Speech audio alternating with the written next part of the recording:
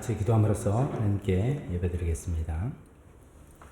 보아라, 내가 뽑은 나의 종, 나의 마음에 드는 사랑하는 자, 내가 내 영을 그에게 줄 것이니 그는 이방 사람들에게 공의를 선포할 것이다. 그는 다투지도 않고 외치지도 않을 것이다. 거리에서 그의 소리를 들을 사람이 없을 것이다. 정의가 이길 때까지 그는 상한 갈대를 꺾지 않고 꺼져가는 심지를 끄지 않을 것이다. 하나님 아버지 감사합니다.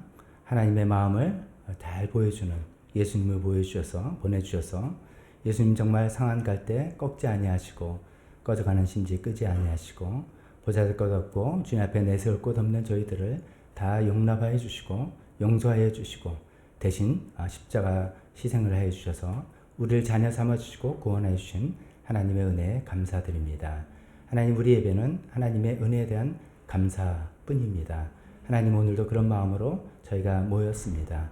하나님께 예배드리며 찬양드리며 하나님, 우리를 구원하시고 사랑하신 하나님께 감사합니다. 찬양 드릴 때 주님 저희 예배를 받아주시옵소서. 예수님의 이름으로 기도했습니다. 아멘. 다 같이 일어서서 찬송하겠습니다. 오늘 이제 봄비인가요? 비도 조금 오면서 이제 겨울은 지나가는 듯하고 봄이 오는가 싶습니다. 그런 만유의 화려한 그 초목이 이제 우리가 예상하면서 그 모든 만물의 주제가 되신, 주인이 되신 존귀하신 예수님 찬양하는 시간으로 먼저 나가겠습니다.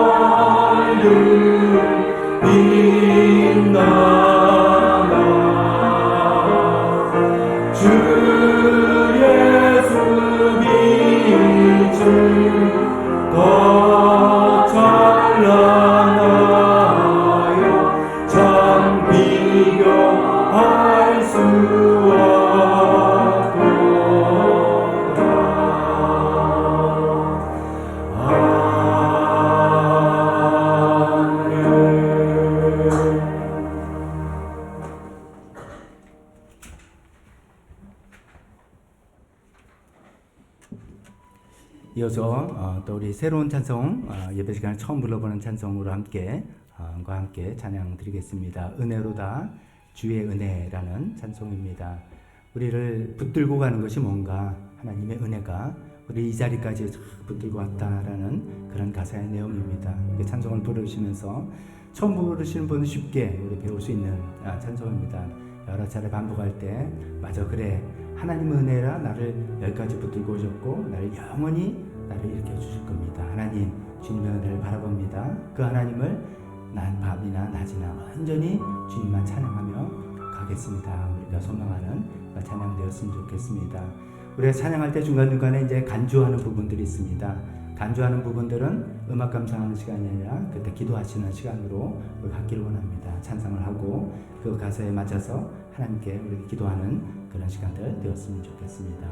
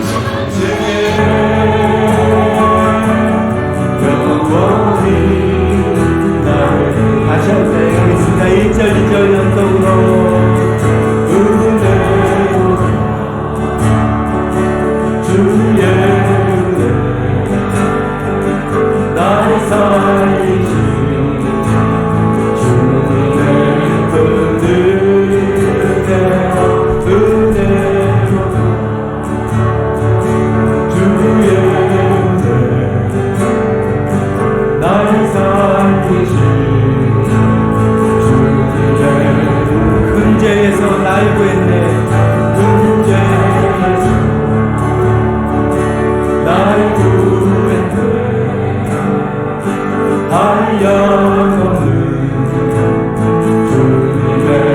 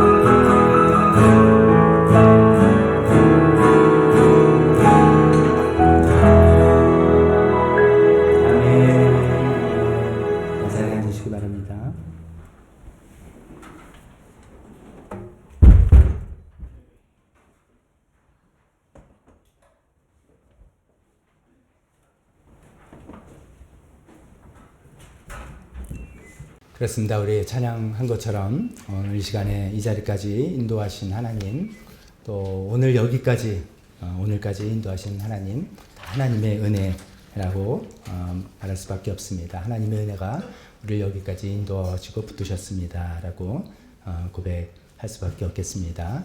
우리 주보를 보면서 교회 소식 함께 나누도록 하겠습니다. 우리 교회 창립주일이 2월 마지막 주일입니다. 2월 넷째 주일, 창립주일 매년 2월 넷째 주일 창립주일이고, 그래서 다음 주일에 우리가 창립 22주년을 맞이하는 날이 됩니다. 그래서 창립 20주년 때 목자 목녀를 임명식이 있습니다. 만나 목장이 그동안 강성희 집사님 또 박건욱 목부님 두 분이 잘 섬기셨는데 개인적인 사정으로 목자로 섬기기는 좀 힘든 사정이 됐다. 그래서 그 목장 내에서 전산석 집사님 또 서영애 집사님 부부께서 만나 목장의 목자 목녀로 섬겨주시기로 하고 다음 주에 그 임명식을 하도록 하겠습니다. 다음 주에 이제 창립주일이기도 해서 원래 세대 통합 예배가 매월 첫째 월요일 첫째 주일인데 그냥 우리 다음 주일날 마지막 주일 합쳐서 다 함께 우리 자녀들과 함께 예배드리며 그렇게 예배 드려 와서 다음 주일 세대 통합 예배로 드린다는 말씀까지 함께 드리겠습니다. 성경 통독을 하는 프로그램이죠. 말씀의 삶 13주 과정으로 이제 우리가 구약의 뒷부분 후반부가 남았습니다. 선지서들 또 소선지서들 그 부분 남았는데 13주 과정을 해서 성경을 또 마지막으로 읽기 원하시는 분들 3월 첫째 주일부터 시작을 할 거니까 저한테 주일 기준으로 3월 첫째 주일로 시작합니다. 저에게 개인적으로 신청해 주시기 바랍니다. 우리 교회 이제 홈페이지 우리가 이제 지난번 말씀드린 것처럼 우리 유튜브 채널이 있고요. 매번 주일 예배 같은 거 또 말씀의 삶 영상 같은 거 유튜브 채널에 올라가고 그다음에 교회 홈페이지가 있지 않습니까? 교회 홈페이지에 그동안 주일 예배 설교 영상만 올리다가 최근부터 이제 수요 예배 영상과 설교문도 올리고 있습니다. 그래서 작년 거부터 좀 이렇게 소급해서 올리고 이제 매주 수요 예배 교회 홈페이지도 올리니까 여러분들 보시고 또 도움 되시면 좋겠습니다. 교회 홈페이지에 최근에 사진들도 업로드 돼 있으니까 한번 보시고 또 다운로드 하실 수도 있습니다. 원하신 대로 하시면 되겠습니다. 특별기도에 우리 계속해서 박건우 목사님 왼쪽 시신경 마비를 잘 풀리도록 기도해 주시고 튀르키예 지진 너무나 마음 아픈 소식들이 계속 울리죠. 4만 명이 벌써 훌쩍 넘었네요. 이제 예상으로는 10만 명, 뭐 크게는 20만 명까지도 이야기를 하는데 정말 그런 피해가 없길 바라고 그래도 오랜 몇백 시간 후에도 또 생존자가 기적적으로 이렇게 있는데 살아있는 사람 다 구조해내고 또 튀르키예가 빨리 복구가 될 수 있도록 우리 기도하면 좋겠습니다. 튀르키예 못지않게 또 열악한 나라인 네팔 또 우리 교회 선교하고 있죠. 시티 미션 교회 라지 목사님 또 그 시티 미션 교회 선교지라고 하는 도다니 마을의 수니타 자매님 또 비카스 형제 이런 분들을 우리가 염두에 두면서 계속해서 기도와 후원이 있으면 좋겠습니다. 나라와 북한을 위해서 우리 계속 기도하는 마음 있으면 좋겠습니다. 이 시간에 이제 몇 주 전에 김상균 형제가 그 대만의 회사에서 대만 법인으로 발령해서 대만으로 한다고 말씀드렸죠. 이제 부인되는 고 현지자매도 이제 따라서 가게 됩니다. 그래서 오늘 예배를 같이 드리는 것은 마지막이라니까 영영 안 올 사람이 아니라 이제 뭐 비자 연장도 있고 갖고 올 건데 그래도 이제 떠나는 주일이고 특히 고 현지자매는 지난 3년 동안 조일랜드 교사로 또 수고를 많이 해주셨습니다. 그래서 그냥 떠나는 것도 아쉽지만 수고했다고 우리가 선물도 하나 준비했습니다. 고현지자매님 잠깐 앞으로 나와주세요. 저 뒤에 서 계시는 분은 고현지자매의 언니 되시는 분입니다. 저 남해에서 오셨는데 반갑습니다.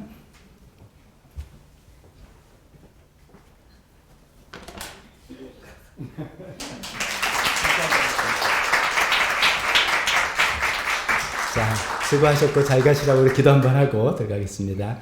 하나님 아버지 가정을 축복합니다. 하나님께서 또 회사를 통해서 대만으로 보내셔서 그곳에서 하나님의 빛과 소금이 되는 역할 감당하게 하시니 감사합니다. 이제 또 남편을 따라서 대만으로 가는 고현지 자매의 그 여정을 주님께서 지켜보여 주시고 그 낯선 나라에서 또 두 사람이 또 힘을 합치고 마음을 나눠서 또 그 모든 주어진 일들 잘 감당할 수 있게 도와주셨기를 간절히 기도합니다. 그동안 또 3년 동안 조일랜드 교사로 수고한 그 수고의 손길들이 우리 자녀들의 심령 속에 다 담겨져 있습니다. 아름답게 꽃피울 수 있게 도와주셨기를 원하며 예수님의 이름으로 기도했습니다. 아멘. 박수할 때 도와주십니다.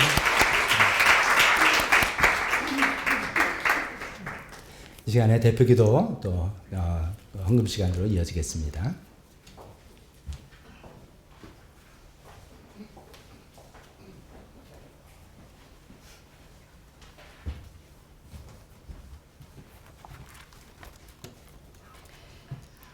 다 같이 기도드리시겠습니다. 하나님 아버지 감사합니다. 우리가 주님 앞에 있습니다. 십자가의 은혜로 주님 앞에 나올 담력을 얻었습니다.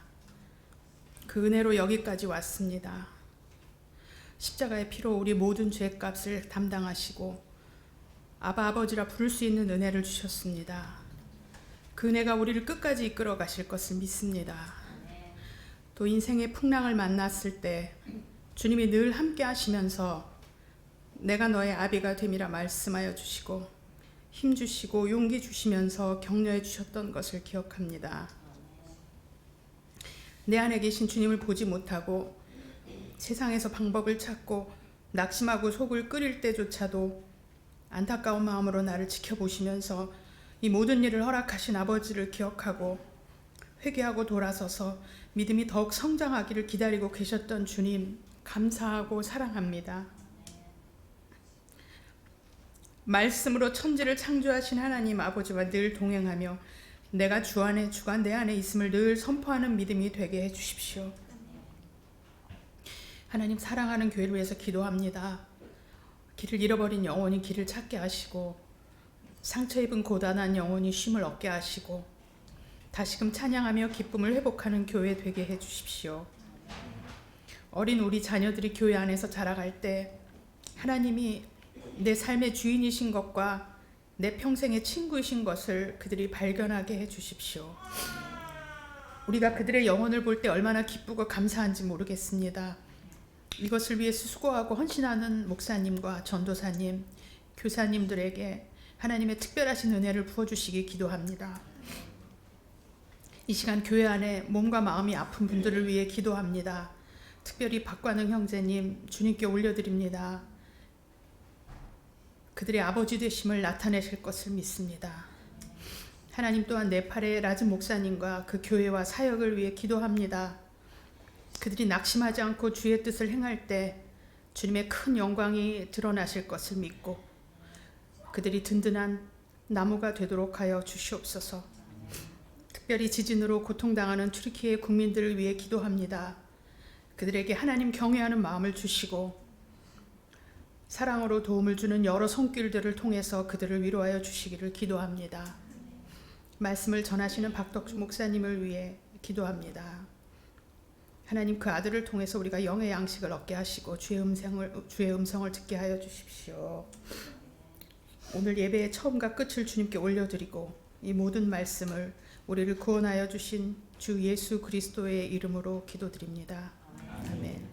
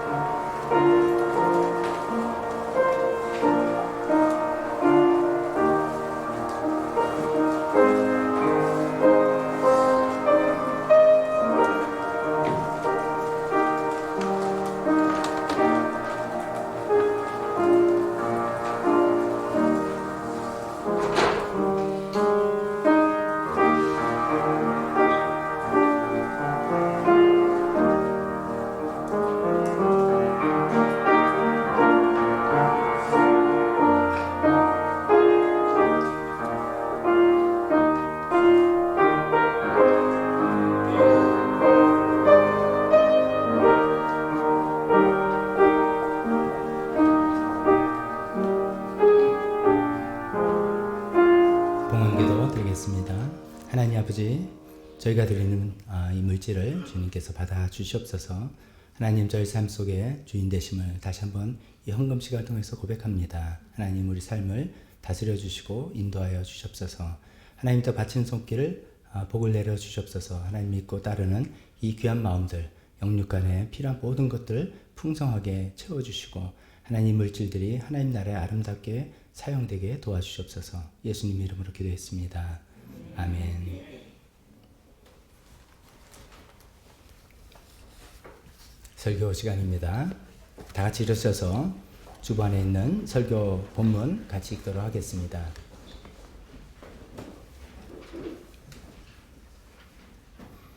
마태복음 16장의 말씀입니다. 같이 읽겠습니다. 시작. 예수께서 그들에게 물으셨다. 그러면 너희는 나를 누구라고 하느냐? 시몬 베드로가 대답하였다. 선생님은 살아계신 하나님의 아들 그리스도십니다.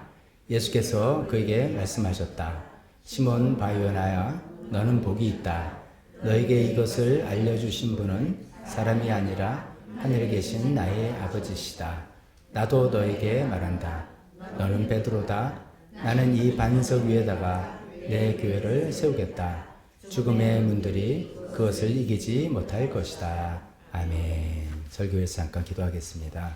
하나님 아버지, 베드로의 고백 같은 이런 신앙 고백 위에 교회를 세우시겠다고 하신 예수님의 말씀을 우리 마음에 새기길 원합니다. 하나님, 우리가 어떻게 해서 하나님께서 원하시는 그런 교회를 세워나갈 수 있을지, 우리는 또 어떤 사람들인지 하나님 또 말씀을 통해 생각해 볼 때 성령님 우리 각자에게 또 필요한 부분들 말씀해 주시옵소서. 또 듣고 따르고 순종하는 저희가 또 되기를 소망하며 예수님의 이름으로 기도했습니다. 아멘. 자리에 앉으시기 바랍니다.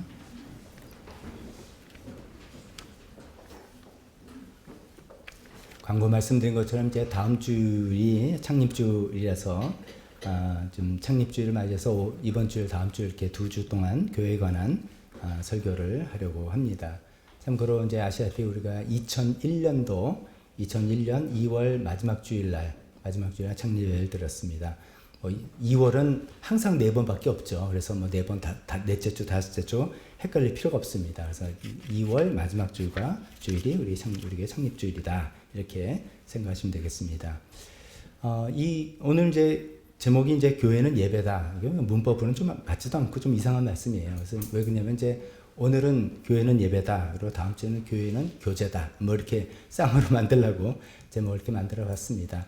근데 그만큼 이제 교회 활동의 양축은 예배와 교제이기 때문인 것이죠. 교회 활동에. 제가 여기서 교회 활동이라고 표현했는데 이것은 교회의 어떤 성경적인 의미, 교회의 어떤 기능 뭐 이런 거를 이야기하는 게 아니라 우리가 그냥 다 교회를 통해서 신앙생활 하면서 하는 활동들 이렇게 생각하시면 되겠습니다. 그래서 첫 번째로 우리가 생각할 게 교회 활동의 양축이 예배와 교제다 이런 얘기를 좀 말씀드려 보려고 합니다. 예를 들어서 이제 우리가 아무리 은혜스러운 예배를 드린다 해도 예배가 끝나고 난 다음에 내가 아는 사람도 하나도 없고 또 나를 알아주는 사람 하나도 없다 그러면은 그것이 내 교회다 이렇게 교회 느낌이 들기는 쉽지는 않을 겁니다. 여러분 혹시 이제 우리 교회 말고 다른 곳에서 이제 출장을 하셨다든지 여행 중이라든지 해서 다른 교회에서 예배를 드려보신 경험들이 좀 있으실 겁니다. 저도 그런 경우 있죠. 저희 자녀들 때문에 어디 가서 미국 교회에 가서 이제 예배 드릴 때도 있고 있는데 좀 나름대로 그것도 참 좋더라고요. 뭐 새로운 저희 교회는 또 저에게 스타일과 방식들이 있어서 그것도 좋죠. 좋은데 또 이제 또 뭐 낯설고 새로운 것도 신선하게 또 다가오기도 하고 그러더라고요. 그래서 이제 또 은혜가 되고 또 특히 이제 그런 거 있잖아요. 어떤 때는 사람의 시선에 좀 우리가 의식을 하는데 그런 거 아무도 나를 아는 사람이 없는데 가서 예배 드리면 이제 부흥회 같은데 혼자 가신다면 그렇습니다. 하면 그것도 이제 하나님께만 집중할 수 있고 그것도 참 은혜가 되고 도움이 돼요. 그래서 참 좋은데 문제는 다 끝나고 나면 뻘쭘한 거예요. 아는 사람이 하나도 없고 사실 이제 은혜를 받았다고 하는데 그거를 좀 이렇게 나누고서 또 은혜를 나누거나 아니면 내 하나님 신앙생활하는 삶을 좀 나누거나 이렇게 할 사람이 없으면은 이게 좀 좀 그렇다라는 생각이 있죠. 그래서 예배만이 아니라 교제가 또 필요한 것이죠. 그래서 두 개가 같이 가야 되는 거고 거꾸로 생각하면 또 이렇습니다.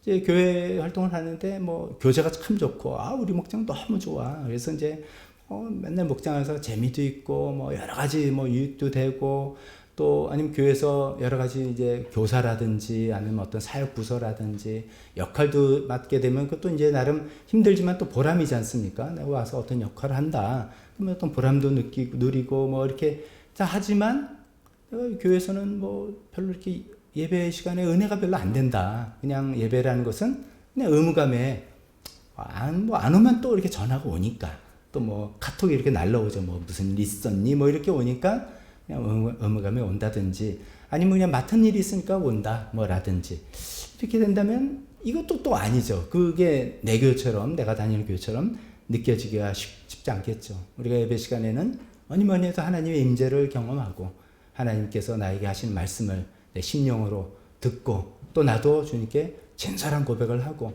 또 모자란 것도 잘하겠다고 결심하고 잘하는 거 칭찬받고 위로받고 뭐 이렇게 하나님과 이렇게 뭐 오고 하는 게 뭐가 있는 그게 이제 은혜로운 예배 시간이라고 할 수 있는데 그런 것들이 있어야 되는 거 아니겠습니까? 그러니까 교제만 좋다고 되는 게 아니라 예배가 있어야 된다 이런 말씀이죠. 그래서 예배와 이 교제가 두 양축으로 우리에게 꼭 중요하다라는 말씀을 하고 있습니다. 제가 이제 저도 이제 어떤 지역에 우리가 이제 가정교회 같이 하는 지역에 소속돼서 벌써 정기적으로 모임을 하고 서로 나눔도 하고 하는데 거기서 이제 들은 이야기입니다. 우리 송파 지역에 있는 한 교회 이야기인데 그 교회에 한 60 중반 후반쯤 되는 권사님께서 갑자기 이제 돌아가셨어요. 그래서 교회에서 장례를 치르게 되고 하면서 이제 근데 이제 그분이 그 목사님 사모님과 굉장히 이제 오랫동안 신앙생활 같이 했고 친분이 있었던 그런 분이라서 더 이제 마음에 좀 개인적으로 와닿고 해서 이제 그분의 이야기를 하는 그 이야기였었습니다. 이제 그 권사님 돌아가신 권사님이 옛날 시절에 이제 상고를 나오셔서 회계 업무 같은 게 아주 능하셨다 그래요. 그래서 이제 그런 일도 쭉 하시다가 교회에서 회계 업무 파트를 맡았어요. 그래서 이제 회계 업무 파트로 몇 년 동안 아주 신실하게 교회 업무 파트를 잘 담당해 주시던 그런 분이라고 합니다. 근데 이제 남편은 뭐 이상하게 교회를 안 나오고 예수님 안 믿고, 그러니까 이제 부인 혼자 교회를 이렇게 쭉 교회를 나왔던 거죠.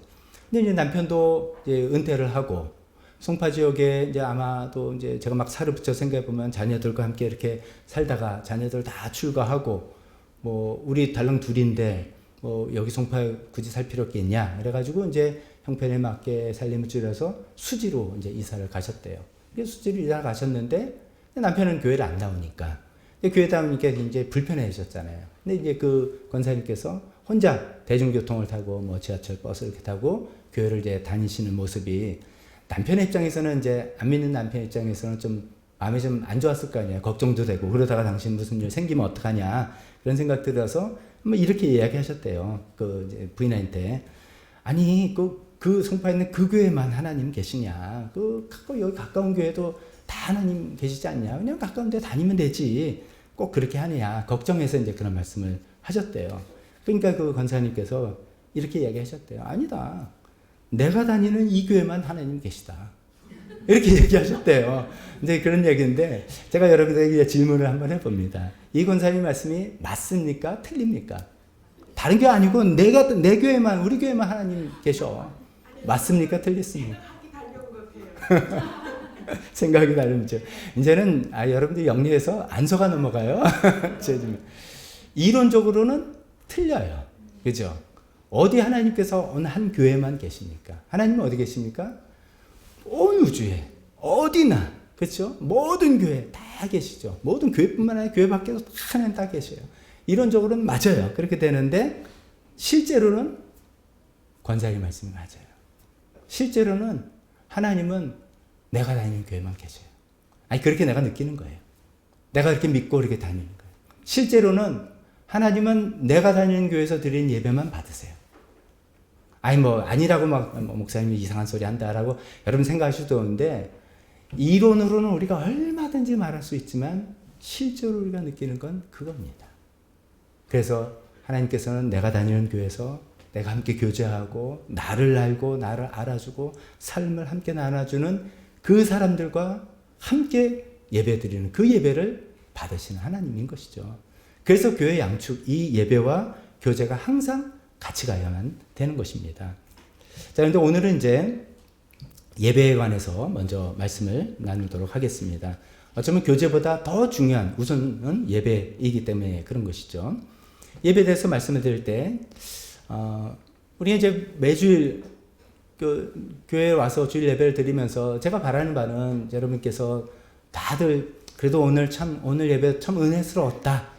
은혜스러웠다는 건 굉장히 모호한 표현이에요. 뭐 나한테 도움이 됐다, 찔림이 됐다, 뭐 새로운 결단을 했다, 뭘 하나 얻었다, 뭐 하여간 마음이 뭉클했다, 여러 가지 이제 다 되는데 그 뭐라도 뭔가 좀 오늘 예배 좀 은혜스러웠다 이렇게 되기를 여러분도 바라시고 저도 이제 바라는데 그렇게 해서 기도하고 준비하는데 가만히 보면은 또 이게 현실적으로 가만히 보면은 예배의 은혜를 받는 비결이 좀 있어요.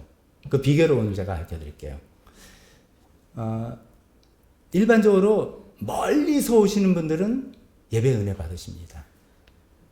일반적으로 멀리서 우리 교회는 좀 특성상 가까운 데서 사시는 분들도 있지만 멀리서 오신 분들 계세요. 저 평택에서 오시는 분 계세요. 김하영 어머님. 평택에서 마을버스 택시 타고 SRT역까지 가서 SRT 타고 또 오세요. 이 예배가 은혜가 안 되겠어요. 김포에서 오시는 분 계세요. 광명에서 오시는 분 계세요. 목감에서 오시는 분 계세요. 용인, 수원, 멀리서들 오시는 분 계세요. 멀리서 오신다면은 뭔가 내가 거기에 기대하는 게 물론 이제 어차피 내가 다니는 교회니까 안 가면 또 의무가 뭐 연락 오고 귀찮아서 그럴 수도 있겠지만 뭔가 내가 그런 거 있잖아요. 대가를 지불했는데 뭔가 좋으니까 대가를 지불한 거죠. 그런 마음이 이미 돼 있는 거예요. 멀리서부터 올 때 그 마음이 준비가 되어서 하나님께 드리는 예배가 귀한 예배가 되는 것이죠. 제가 이런 말씀 드리면 그럼 뭐 가까이 사는 사람은 뭐냐 이렇게 말씀드릴 수 있지만 그 뜻을 이야기하는 게 아니죠. 문제는 제가 말씀드리는 포인트는 희생이에요. 희생. 가까이 사시는 분도 일찍 오신 분들 은혜 받습니다. 뭘 맡아서 음향을 준비하시러 찬양을 준비하시러 일찍 오시고 또 무슨 역할을 맡으신 분들 헌금위원들 예배 대표 기도자들 뭐 한 주 내내 기도문을 가지고 고민하고 씨름하고 자기 생활 자기 삶을 비춰보고 저희 집사님들이 하시는 말씀이 대표 기도 없었으면 좋겠다 그런 얘기를 이제 많이들 하시는데 저는 거꾸로 대표 기도 없으면 집사님들 신앙이 발전 안 됩니다. 사실 그렇거든요. 그 대표 기도 1년에 한 2번 정도 돌아오거든요. 그것을 위해서 씨름하면서 사실 내가 신앙이 성장을 해요. 사실은. 그래서 집사님 아니라도 저 신앙 성장을 위해서 대표 기도 좀 시켜주십시오 하면 언제든지 저한테 말씀하시면 제가 한번 고려도 해보겠습니다. 이 말씀은 뭐냐면 포인트는 희생이라는 거예요. 희생. 희생이 있는 곳에 은혜가 있습니다. 희생이 있는 곳에 은혜가 있습니다. 우리가 구약시대 예배를 한번 생각해 보겠습니다. 구약시대 제사라고 표현합니다. 구약시대 한 사람이 하나님께 예배드리고 제사드리기 위해서 어떤 과정이 있는지 우리가 구약성경을 통해서 대충 알게 됩니다. 먼저 흠도 없고 점도 없는 동물을 제사동물을 골라야 됩니다. 아무거나 드릴 수가 없습니다. 자, 면밀히 살펴서 내가 키우는 가축 중에 흠 없고 점 없는 동물을 양이면 양, 염소면 골라야 됩니다. 그놈을 골라서 그놈을 들고 옛날에는 차 타고 대중교통수단이 없으니까 걸어서 성전까지 갑니다. 하루가 걸릴지 때로는 2, 3일이 걸릴 수도 있습니다. 가는 오랜 그 동안에 시간도 걸리고 힘든 그 여정을 갑니다. 가서 도착을 해가지고 제사장이 기다리고 있으니까 여기 갖고 왔습니다. 그러면 제사장이 다 알아서 착착착착 예배 드리는 것이 아니죠. 제사 드린 사람이 그 동물을 죽여야 됩니다. 찔러서 죽이고 제사 드리는 그 사람이 동물의 소위 각을 뜬다 그러죠. 동물을 조각조각 내는 그런 일들을 힘들고 피비린내나고 그런 일들을 하는 것입니다. 그런 과정을 통해서 그러면 다 그것이 끝나면 제사장들이 그걸 받아서 절차에 따라서 하나님께 예배를 드리고 제사를 드리는 것입니다. 구약시대 그 시대 예배를 가만히 생각해 보면 자기가 그렇게 고르고 골라서 아낀 점도 없고 흠도 없는 건 아까운 건데 그걸 하나님께 드려야 되겠다는 그 마음서부터 그놈을 끌고 오는 그 시간부터 그놈을 직접 죽이고 각을 뜨는 그 피비린내 나기도 하고 힘든 그 과정을 통해서 자기가 잘 마음을 준비해서 예물을 드렸을 때 그것이 하나님께 드려지는 그 모습을 볼 때 그게 은혜가 안 되겠습니까? 그게 감격이 안 되겠습니까? 그런 것들이 왜냐하면 자기 희생이 거기 담겨져 있으니까 그 희생이 하나님께 바쳐진다고 그것이 보일 때 그때 은혜가 되고 감격이 되는 그런 것입니다. 혹시 우리는 너무 편하게 예배드리는 건 아닌가 그런 생각을 해봅니다. 즉 우리는 예배드릴 때 아무 희생이 없는 것은 아닌가 라는 생각을 해봅니다. 사실 그건 역설이에요. 우리가 편한 시설을 갖자 예배를 좀 좋은 여건에서 예배를 드리자라고 했는데 거꾸로는 그것이 오히려 희생을 점점 안 하게 되는 여건이 되는 건가 하는 그 포인트를 그냥 가볍게 생각해 보는 것이죠. 여러분 대부분 여기 지하 2, 3층에 주차하시거나 아니면 또 제가 알기로는 자기만의 노하우가 있어서 주변에 다 이렇게 하시는 분이 있는 걸로 알고 있습니다만은 교회 오실 때 오늘 또 어디다 주차하지? 이런 고민하면서 오시는 분 계십니까? 예를 들면 제가 이제 뭐 제 얘기를 좀 하면 저희가 오래전에 미국 그 맨하탄에서 목회할 때입니다. 맨하탄은 여러분 아시다시피 뭐 주차 공간 없고 이런 걸로 뭐 유명한 데 아닙니까? 도심 공간에서 예배를 드리는데 그때 아침에 이제 주일에 뭐 이제 끝나고 교제 그때는 저희가 하나님부 개척한 교회니까 한 교인이 10대 명 그 정도 되니까 저희가 꼭 자연에가 수고해서 곰국을 막만큼 싸웁니다. 끓여놓으면 그걸 들고 차에 넣고 애 셋을 데리고 이제 운전해 가면서 그때부터 저는 걱정하는 거예요. 오늘은 주차를 어디다 하지? 그럼 이제 어떻게 보면은 왜냐면 거기는 주차장이 없고 전부 다 동전 넣고 하는 코인 파킹장만 있는데 뭐 자리가 없으니까요. 그러면 저희 아내랑 국이랑 애들 셋 내려서 올려보내고 저는 이제 맨하탄 교회 근처를 뺑뺑 도는 겁니다. 눈먼 자리 하나 있나. 그래서 딱 있으면 이야 감사하다. 오늘 하나님께서 자리 주셨네. 그래가지고 이제 5분 길 10분 길을 걸어서 이제 교회로 오는 거죠. 이건 좀 이제 극단적인 예죠. 근데 좀 희생이 들어가는 그런 것이죠. 이런 거는. 근데 편한 것이 나쁘다는 뜻이 아니라 우리가 이제 편한 것들이 좋은 것만은 아니다는 거죠. 예배는 뭔가 우리의 희생이 들어가야 되는 것이다. 이거죠. 그럼 우리는 이런 질문을 한번 해보는 거예요. 그 나는 멀리 살지도 않아. 나는 맡은 일도 없어. 일찍 올 일도 없어. 뭐 주차 공도 없어. 뭐 희생할 것도 없는데 뭘 하라는 건가? 이런 생각이 아니라 뭔가 내가 주일 예배를 위해서 토요일서부터 아니면 주일서부터 아니면 주일날 뭔가 희생하는 게 있나? 뭐 예를 들면 내가 주일 예배를 잘 드리기 위해서 토요일날 맵고 시큼 놀고 싶은 것도 좀 절제하고 내가 뭐 하고 싶은 것도 헌금을 위해서 절제하고 하는 그런 것도 다 포함되는 것이죠. 뭔가 내가 하나님께 희생을 드리는 희생이 담긴 예배를 내가 드리고 있나? 아니면 그냥 편하게 와서 예배 잘 드리는 건가? 혹은 예배 잘 보는 건가? 이렇게 생각할 때 후자인 경우에는 어쩜 별로 은혜가 잘 안 될지도 모릅니다.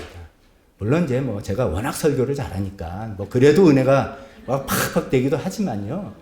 이거는 설교로 은혜가 되는 게 아니라 하나님께 드린 예배 자체가 은혜가 되는 거지 않습니까? 그래서 큰 걸 꼭 생각해 보시면 좋겠습니다. 하나님의 은혜는 희생을 통해서 옵니다. 하나님께서 우리 죄인을 구원하시는 이 은혜가 어떤 희생을 통해서 우리에게 왔다는 걸 우리 잘 알지 않습니까? 하나님께서 독생자 예수님을 우리에게 보내주시고 그 예수님은 십자가에서 자기 생명을 내어주시는 그 커다란 희생을 통해서 우리에게 구원이란 은혜가 우리에게 온 것입니다. 똑같이 물론 그 은혜는 하나님께서 값없이 우리에게 주시는 거고 차별 없이 우리에게 주신다고 하지만 그것이 실제로 우리에게 내 것이 되려면 우리도 좀 작은 희생이 있어야 되는 것입니다. 우리 작은 희생을 우리가 이 예배를 통해서 드릴 때 하나님께서 은혜를 더 부어주시고 우리가 더 은혜를 누리는 그런 예배가 될 것이라 믿습니다. 거기서 이어서 이제 몇 가지 오늘은 좀 이런 얘기를 실제적인 얘기를 좀 해보겠습니다. 먼저 오늘의 어떤 모습을 보고 제가 누구를 지정해서 하는 얘기 절대로 아니라는 것을 여러분 들으시면서 일반적인 이야기라는 것을 감안하시면서 들어주시기 바랍니다. 예배 시간에 늦게 오는 것 이것입니다. 예배 시간에 늦게 우리 교회 예배 시간은 언제 시작입니까? 11시에 시작입니다. 11시에 시작입니다. 11시에 시작입니다. 시작. 그런데 가만히 제가 가만히 보니까 습관인 것 같아요. 왜냐하면 늦게 오신 분은 항상 늦게 오세요.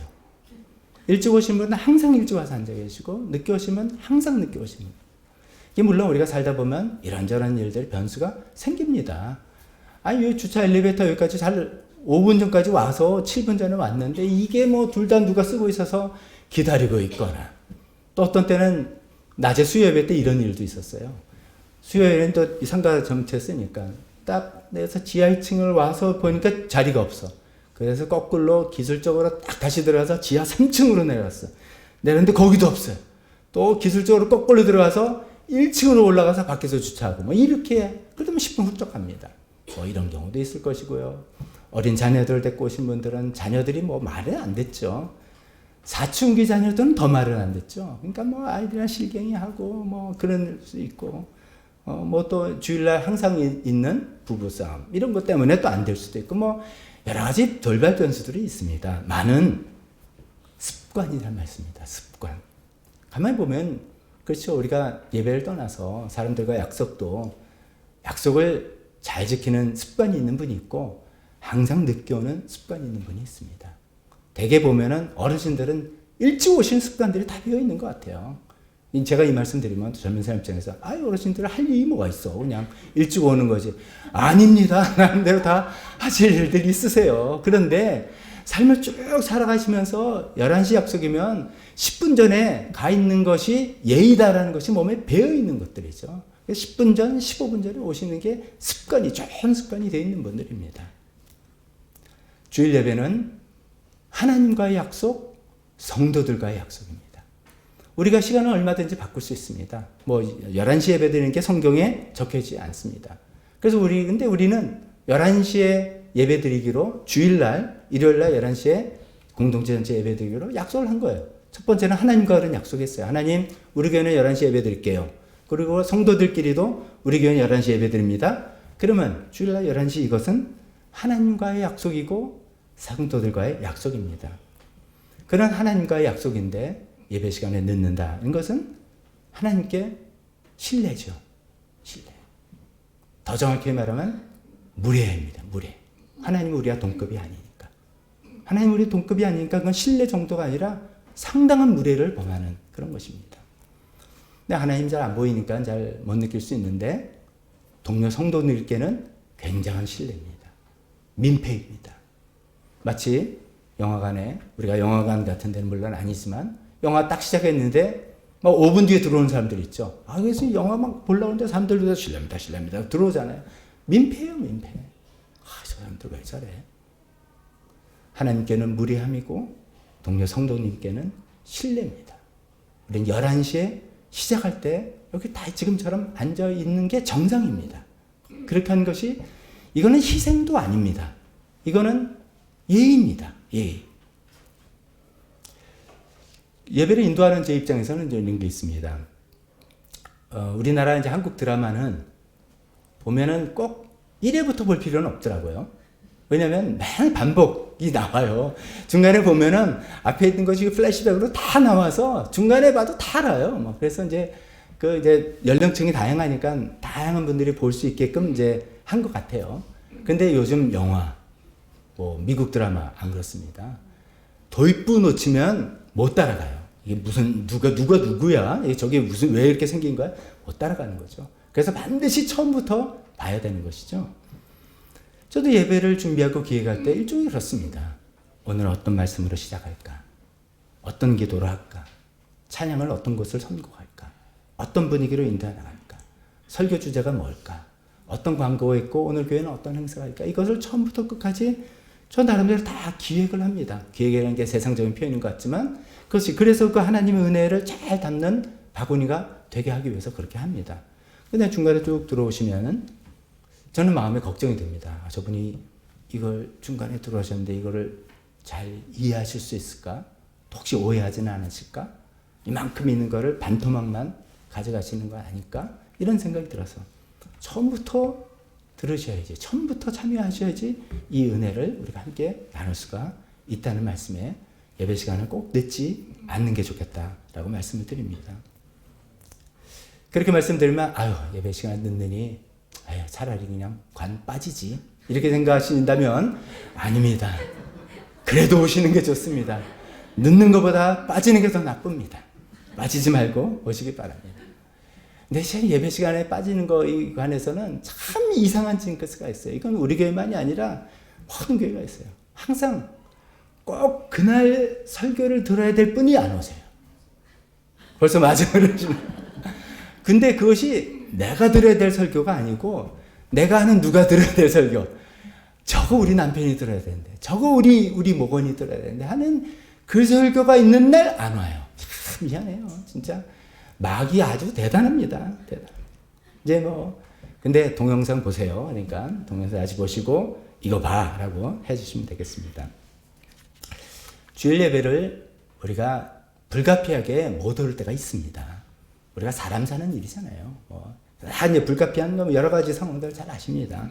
못 올 때가 있는데 그때는 그야말로 어디나 계신 하나님께 우리가 잠깐 기도하면서 예배하고 다른 교회에서 드리든지 자기 혼자라도 개인 예배를 드리고 그래도 되겠죠. 근데 이건 제가 뭐 어떤 일은 되고 어떤 일은 안 되고 세상 이건 율법이죠. 우리가 뭐 일정적으로 굉장히 생각할 수는 있죠. 뭐 예를 들어서 내가 오늘은 몸 컨디션이 좀 안 좋은데 그러면 얼만큼 안 좋았는가? 이걸 교회에서 판단합니까? 특히나 요즘 같은 코로나 시대를 우리가 지냈는데 그렇지만 우리가 압니다. 내가 이제 이게 이 정도가 이런 걸 압니다. 또 회사에서 일이 생겼다. 어느 정도 중요한 일입니까? 빠지면 절대로 안 되니까? 빠져도 괜찮은 일인데 그럽니까? 그래서 어떻게 따집니까? 그러나 우리는 뭐 마음에 드는 겁니다. 근데 여러 가지 이제 이런 사정들이 이렇게 있는데 이런 것들을 이런 기준으로 생각해 보면 좋겠다 싶습니다. 사무엘상 2장 30절에 이런 말씀이 있습니다. 사무엘상 2장 30절을 제가 세번역보다는 개정개역으로 읽어드리려고 합니다. 이 말씀은 어떤 말씀이냐면 그 당시 엘리 대제사장이 있고 그 밑에서 사무엘 선지자가 어릴 때였어요. 근데 하나님 보시기에 엘리 대제사장이 영 틀려먹은 거예요. 자기 자신도 대제사장으로서 성전을 예배를 인도하는 것도 틀려먹었고 자녀 교육도 신앙 교육도 틀려먹고 몇 번 기회를 줬는데도 안 되고 그래서 사무엘에게 그 엘리 제사장에 대한 이야기를 이렇게 하시는 부분입니다. 한번 제가 읽어드리면 한번 좀 따라했으면 좋겠다고 생각도 듭니다. 제가 먼저 읽어볼게요. 이렇게 이야기하셨어요. 나를 존중히 여기는 자를 내가 존중히 여기고 나를 멸시하는 자를 내가 경멸하리라. 굉장히 무슨 말씀이죠? 한번 따라해 보시겠습니까? 나를 존중히 여기는 자를 내가 존중히 여기고 나를 멸시하는 자를 내가 경멸하리라. 한 번 더 해보겠습니다. 나를 존중히 여기는 자를 내가 존중히 여기고 나를 멸시하는 자를 내가 경멸하리라. 우리 마음속에 하나님과 관계에 있어서 굉장히 중요하게 생각해야 될 그런 말씀입니다. 우리는 하나님을 경멸하는 사람은 없습니다. 우리가 감히 누가 하나님을 경멸합니까? 하나님을 우리가 멸시하고 그렇습니까? 우리는 아마 이럴 수가 있습니다. 하나님을 가볍게 여기는 거죠. 하나님을 가볍게 여기고 하나님께 드린 예배를 가볍게 여기는 것이죠. 그럴 때 어쩌면 하나님께서 엘리 제사장 집안을 보고만 이야기하시겠습니까? 똑같이 이야기하실 수 있습니다. 하나님께서 나를 존중히 여기는 자를 내가 존중히 여기고 나를 가볍게 여기는 자를 나도 가볍게 여기리라. 나를 가볍게 여기면 내가 그런 사람 무시하리라 라고 이야기하실 수 있습니다. 우리가 한 공동체 교회에서 교회 공동체에서 주일 예배라는 것은 우리가 이렇게 존중히 여기는 우리가 믿고 따르는 하나님께 예배드리는 귀한 자리입니다. 하나님을 존중히 여기는 만큼 그래서 하나님께 예배드리는 이 주일 예배를 우리가 무겁게 아주 중요하게 정말 비중을 두고 생각을 해야 되는 것이죠. 그게 하나님께서 그래 나를 예배드리는 자리에 네가 주일 예배를 어떻게 어떤 자세로 어떤 마음으로 어떤 태도로 대하는 거 그거 보면 알지 않니? 라고 하나님께서 이야기하실 것입니다. 우리가 하나님이 내 삶의 우선순위인지 아니면 하나님은 늘 우선순위에서 밀리는 대상인지 그것을 말하면 하나님께 예배드리는 그 예배가 내 삶의 우선순위인지 예배는 그냥 뭐 다음 주에 또 있잖아. 뭐 괜찮아. 그래서 우선순위에 늘 밀리는지 하나님께서 이것을 우리 마음속에 질문해 보실 것입니다. 나를 존중히 여긴 자를 내가 존중히 여겼다. 우리 이런 말씀을 하나님께 듣고 싶지 않습니까? 그래서 우리가 하나님을 존중히 여기고 하나님께 예배드리는 것을 존중히 여기는 그런 마음으로서 우리 예배를 임했으면 좋겠습니다. 제가 드린 이 말씀은 주일 예배에 빠지지 않고 잘 믿는 사람이 믿음 좋은 사람입니다. 그런 사람은 하나님께서 반드시 복 주십니다. 뭐 이런 단순 도식을 말씀하는 거 아닙니다. 적어도 하나님을 존중하기 때문에 우리 한 교회에서 함께 드리는 이 주일 예배를 귀하게 여기고 어떻게 해서라도 나는 이 예배에 함께 참석해서 하나님 예배하고 하나님의 은혜를 내가 누리겠다. 그런 마음을 갖고 있는 분을 하나님께서 어떻게 모른 척 하시겠습니까? 하나님께서 여기 내가 그런 사람을 존중히 여기겠다고 하시지 않겠습니까? 그런 축복이 여러분들에게 임했으면 좋겠습니다. 희생이 있는 예배라고 말씀드렸다면 두 번째는 고백이 있는 예배 이야기를 해보겠습니다. 예배는 참석하는 게 전부가 아닙니다. 예배는 내가 믿는 하나님이 어떤 분이신지 또 그 하나님과 내가 어떤 관계인지를 끊임없이 고백하는 시간입니다. 이 고백이라니까 고백이 이제 말로 하나님 어떤 분입니다라고 하는 것이지만 이것은 말만의 고백이 물론 아니죠. 마음 깊은 곳에서 우러나오는 그런 고백입니다. 마음 깊은 곳에서 진실된 고백입니다. 내 삶을 다해서 지켜나가겠다고 하는 고백입니다. 삶을 다한다는 뜻은 뭡니까? 내가 일상생활에서 계속해서 지켜나갈게요 라고 하는 그런 고백입니다. 세상에 어떤 일이 일어나도 반드시 붙들고 지켜나가겠다고 하는 그런 고백입니다. 그런 고백을 드리는 시간이 예배 시간입니다. 그래서 예배는 고백입니다. 근데 문제는 이제 어떤 고백이냐 이거죠. 어떤 고백을 드려야 되느냐. 그것이 오늘 본문 말씀입니다. 베드로가 대표로 얘기했습니다. 너는 나를 누구라 하느냐 했더니 예수님은 우리 세 번역에 이렇게 했죠. 선생님은 살아계신 하나님의 아들 그리스도십니다. 이렇게 고백했습니다. 근데 이것도 좀 개역개정 우리가 익숙한 번역본이 더 우리 귀에 딱딱 달라붙는 것 같습니다. 그래서 개역개정으로 또 한번 읽고 여러분 한번 따라서 고백하면 좋겠습니다. 이렇게 고백했죠. 주는 그리스도시요 살아계신 하나님의 아들입니다. 이렇게 고백했죠. 우리 한번 따라해 봅시다. 주는 그리스도시요 살아계신 하나님의 아들입니다. 주는 그리스도시요 살아계신 하나님의 아들입니다. 아유 너무 길어요. 그렇죠? 너무 길어요. 그래서 이건 다 길더라도 딱 한마디 예수님이 나의 주인이십니다. 예수님이 나의 주인이십니다라는 이 고백을 이런저런 모양으로 우리가 드리는 겁니다. 찬양을 통해서 드리고 기도할 때 대표 기도에 그 기도에 담겨 있고 우리는 아멘으로 화답하면서 담겨 있고 우리가 헌금을 드리면서 그 고백을 헌금으로 드리는 것이고 설교 말씀을 통해서 설교를 듣고 기도하면서 응답하면서 아멘으로 응답하면서 또 재헌신하는 기도할 시간을 통해서 모든 시간을 통해서 예수님이 내 인생의 주인입니다라는 고백을 우리 끊임없이 드리는 것이 그것이 바로 예배입니다. 이 예수님이 나의 주인이라는 고백은 입술로 그냥 한다는 것이 아니라 적어도 두 가지 의미를 담고 있습니다. 첫 번째는 이런 의미죠. 지난주에 말씀 생각해 봅니다. 세상에서 내가 아무리 험한 풍랑을 만난다 할지라도 예수님이 내 인생의 주인이기 때문에 나는 두려움이 없습니다. 라는 고백입니다. 세상에서 아무리 풍랑을 만난다 할지라도 세상 풍파나를 힘들게 하고 어렵다 할지라도 내가 스스로 주인이라서 내가 혼자 살아가는 거라면 나는 자신 없는데 예수님이 주인이기 때문에 나는 두려움이 없습니다. 라는 그런 고백이 예수님이 나의 주인입니다. 라는 고백에 담겨져 있는 겁니다. 말로 하기는 좀 쉽습니다. 실제로는 굉장히 어렵습니다.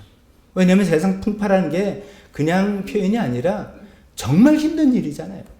대출 이자 2배로 올라가고 자녀는 속썩이고 뭐 회사 일 안 되고 사람들 배신 때리고 뭐 여러 가지 일들이 해서 막 스트레스 팍팍 오르고 뭐 이런 일들이 그냥 피부로 와닿는 일인데 예수님이 주인이라고 뭐 해결되나?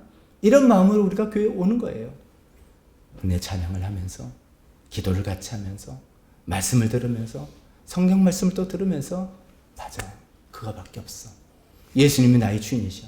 예수님이 나의 주인이냐 내가 왜 두려워할까?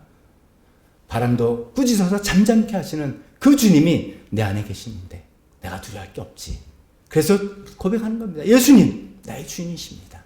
내가 두려워할 일이 없습니다. 라고 하는 고백들이 이 예배 시간에 막 울려 퍼지는 그게 예배인 것이죠. 예수님이 나의 주인이라는 것은 또 다른 의미로 우리가 생각해 볼 수가 있습니다. 나에게 있는 모든 것들, 나에게 있는 모든 게 뭡니까? 나의 재능, 나의 시간, 나의 에너지, 나의 돈 이런 것까지 처분권이 나에게 있는 것이 아니라 예수님께 있습니다. 예수님이 주인이니까. 내가 물건을 어떤 거를 돈을 쓰고 말 거를 내 마음이 정하는 게 아니라 예수님 마음에 맞는 것인지 합당한 것인지 알고 쓰겠습니다. 하나님께 드리는 거 이런 것도 예수님 합당하게 하겠습니다. 나의 재능 합당하게 예수님께서 원하시는 곳에 예수님께서 바라시는 그때 내 시간, 내 삶의 에너지 모든 것들을 내 마음이 아니라 예수님 뜻에 합당하게 상응하도록 내놓겠습니다. 라는 고백이 예수님이 내 인생의 주인입니다. 라는 고백이 들어있는 것이죠. 이 두 번째 고백은 첫 번째 고백은 힘들어서 못한다면 두 번째 고백은 하기 싫습니다. 솔직히 좀 하기 싫습니다. 내놓는 거 싫거든요. 이것이 나를 붙들고 지탱하는 것이라 생각하는데 이거를 뭐 뺏기는 것 같아서 싫거든요. 그런데 그 싫은 것은 예수님이 나의 주인이 아니라 내가 나의 주인이라고 붙들고 사는 것이고, 나의 물질이 나의 주인이라고 생각하는 것이고, 나의 이 상황이 나의 주인이고, 어떤 사람이 나의 주인이라고 내가 살아가는 성경에서 말하는 죄된 삶이라는 것이죠. 그래서 그게 비록 싫은데 본능적으로 잘 되는 건 아닌데, 하나님께서 우리에게 또 어떤 상황을 몰고 하셔서 뭐 상황을 코너에 몰아서 할 수 없이 내놓게 하는 그런 상황도 있고요. 살짝 깨지는 상황도 있고요. 어떤 때는 하나님께서 탁 깨달음을 주시는 상황도 있고, 여러 상황을 통해서 하나님 그렇습니다. 죄송합니다. 하나님께서 나한테 다 맡기신 것인데 또 내가 주인이라고 생각하고 이때까지 살아왔네요. 이 어리석은 죄인 용서해 주시고, 예수님이 나의 주인이십니다. 하나님께서 나에 맡겨주신 것 모두 다 하나님 것입니다. 하나님 어떻게 쓸까요? 말씀하옵소서. 나의 재능, 나의 시간, 나의 에너지, 나의 물질, 하나님께서 쓰시길 원하시는 곳에 말씀하실 때 내가 쓰기도 하고 또 소비 안 하기도 하고 하겠습니다라고 고백하는, 이런 고백이 예배 시간에 주님께 드려지는 그런 것들이 예배인 것이죠. 우리가 개인적으로 모든 성도 한 분 한 분들이 예수님은 나의 주인이십니다 생각해서 두려움과 불안과 어려운 상황에서 예수님이 나의 주인이기 때문에 두려움 없는 것이고, 나의 가지고 있는 모든 것들 예수님이 주인이시기 때문에 예수님께 다 맡겨드리고 예수님께 원하는 대로 사용하겠습니다 라는 마음으로 예수님은 그리스도시고 살아계신 하나님의 아들이십니다 라는 이 고백들이 끊임없이 드려질 그 예배가 하나님께서 받으시는 합당하신 예배인 것이죠. 그것이 우리 개인뿐만 아니라 교회적으로도 마찬가지죠. 우리 교회 주인 예수님입니다.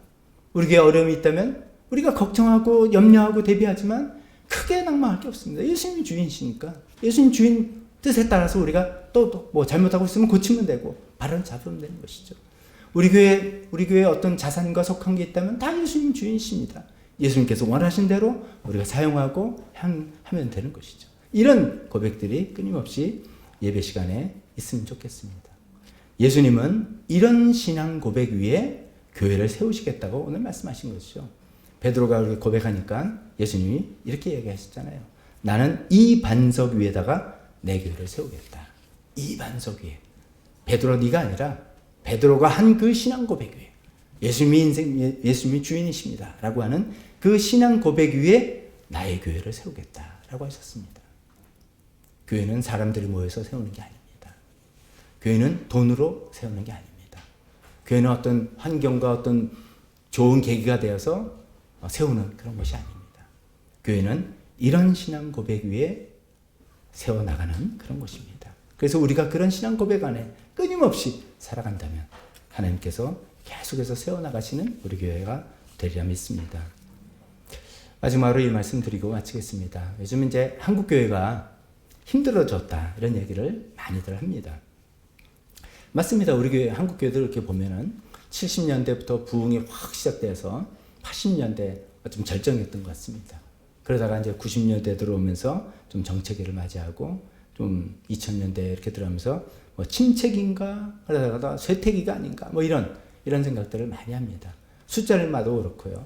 교회가 미치는 어떤 영향력이나 사회에 그런 것들 봐도 그렇다고 볼 수가 있습니다. 근데 이런 것들이 공교롭게도 우리나라 국민 소득하고 연결이 돼 있다. 이런 분석들이 많이 있습니다.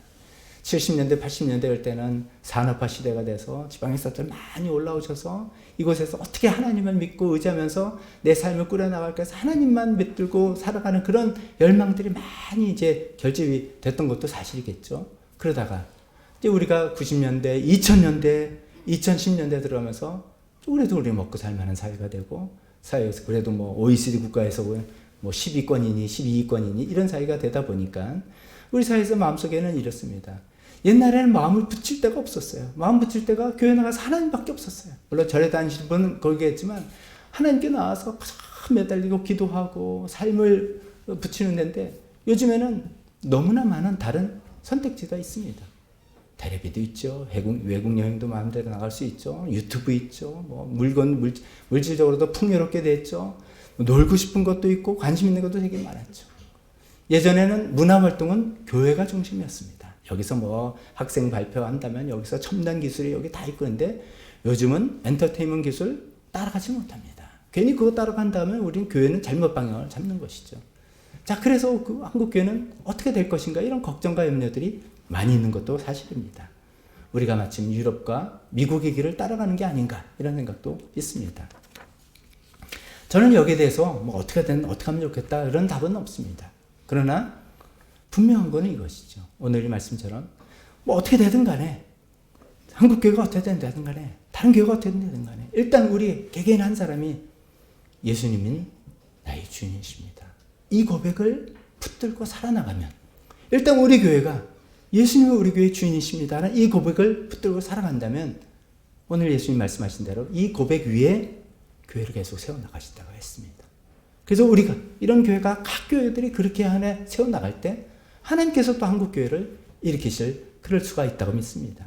다른 교회는 일단은 둘째치고 우리 오늘 이 시간에 내가 예수님이 나의 주인이라는 이 고백을 다 붙들고 살아가고 이 고백들이 결집돼서 우리 교회가 그런 고백들 위에 하나님께서 세우시는 교회가 되는지 또 그런 교회가 돼야 되지 않겠습니까? 그런 곳으로 나아가는 우리 모두가 되었으면 좋겠습니다. 우리 반주해 주실 때 같이 오늘 기도하는 시간 갖도록 하겠습니다. 기도하면서 하나님께서 여러분에게 하시는 말씀 있다면 그거 붙들고 또 씨름하면서 기도하면서 구체적인 결단과 결심을 한번 만들어 보시기 바랍니다. 좋은 설교 듣고 끝나는 게 아니라 예배 드리고 끝나는 게 아니라 오늘 예배를 통해서 나는 이것을 결심하고 이것을 해보려고 작정했어 라고 하면서 그것을 하나님께 도움을 구하는 그런 시간들 되었으면 좋겠습니다. 다 같이 기도하겠습니다.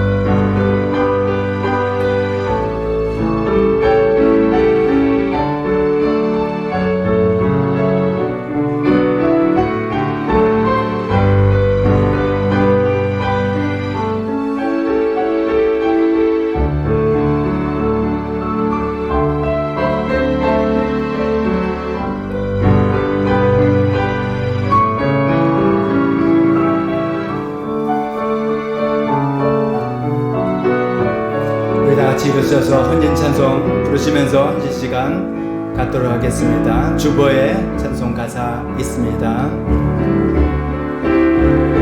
주님 뜻대로 나를 만드소서 말씀대로 살기 원하며 내 일생 주께 바치오리다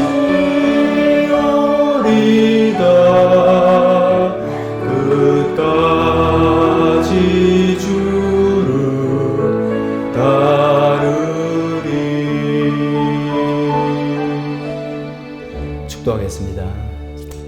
지금은 우리 주 예수 그리스도의 은혜와 하나님 아버지의 사랑하심과 성령님의 교통하심이 하나님께서 원하시는 교회를 만들고 하나님을 예배하고 찬송하겠다고 결심하고 있는 여기 있는 모든 분들 머리 위에 지금부터 영원토록 함께 있을지어다. 아멘.